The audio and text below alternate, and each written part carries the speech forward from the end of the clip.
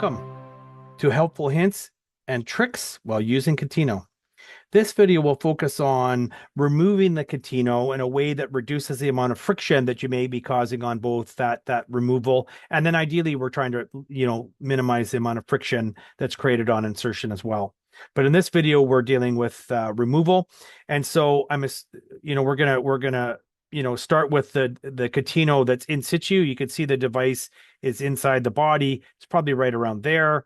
And we've got the lanyard tucked underneath the penis. So that's our starting point.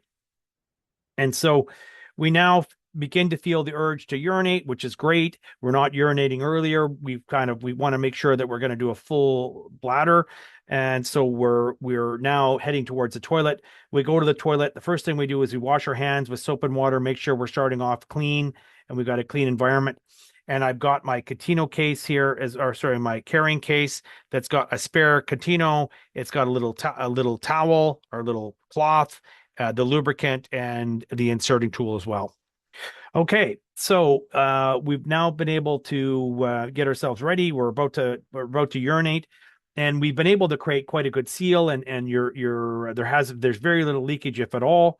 And now we're going to remove the device. So this is a good thing, the fact that we've created this temporary seal within the urethra.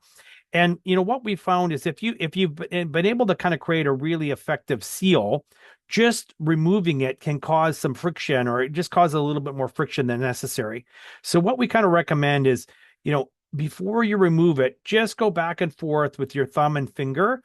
And all you're doing is you're kind of breaking the seal that's happening. I can actually feel the device moving inside the model here. And so, that just helps break the seal a little bit. And it also gets some urine that's on the device itself. And the other thing I do is you just push it back a little bit, maybe a centimeter or two, do the same thing, going back and forth.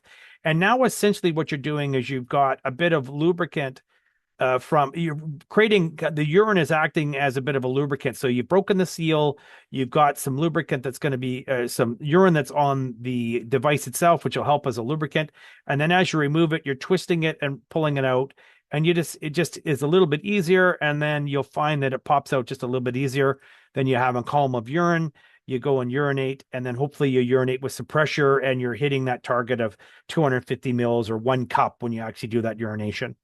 Then I would place this. I'd place this on a surface that's clean, and then hopefully you go about your business and you complete the urination, and you either store for future use, or you go and wash it and reuse it, or if you're out and about, you put the spare device in, and then you wash this when you get home again.